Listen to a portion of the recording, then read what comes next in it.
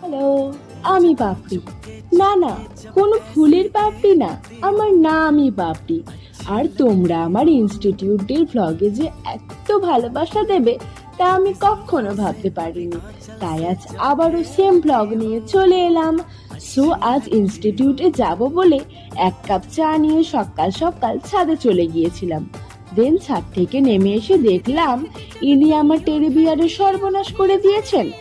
তারপর ABC juice খেলাম আর খেয়ে বেরিয়ে পড়লাম ইনস্টিটিউটের উদ্দেশ্যে। আর আজ যেহেতু আমার বেরোনো ছিল, তাই সূর্যি মামা একটু বেশি তাপ দিচ্ছিলেন। দেন মিডিলে আর কোনো ক্লিপ নিতে পারিনি। তারপর একেবারে বাড়ি ফিরে আজ একটু ঘুরতে বেরিয়েছিলাম।